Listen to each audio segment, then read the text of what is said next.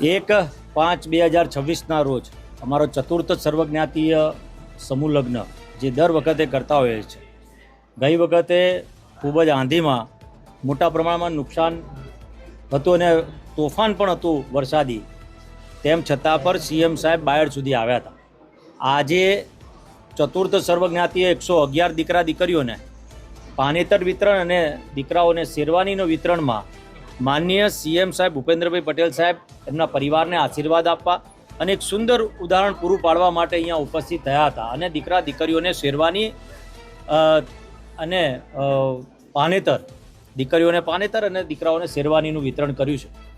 એટલે એક મેસેજ આપ્યો એમના વતી, એમને સ્પીચ દરમિયાન આપ્યો કે ભાઈ તમામ સમાજો ભેગા રહીને જ્યારે આવા સર્વજ્ઞાતીય સમૂહ લગ્ન કરતા હોય, અને એમણે એવી વાત પણ કરી કે આપણે સમૂહ લગ્નની અંદર જોડાવવું જોઈએ. તમામ સમાજો એક સાથે બેસીને આવા સમૂહ લગ્ન થાય, તેના થકી આખા ગુજરાતમાં એક સારો મેસેજ જાય અને ગુજરાતની અંદર એકતા અને ભાઈચારાની ભાવના કેળવાય, એવું તેમની સ્પીચ દરમિયાન જણાવ્યું.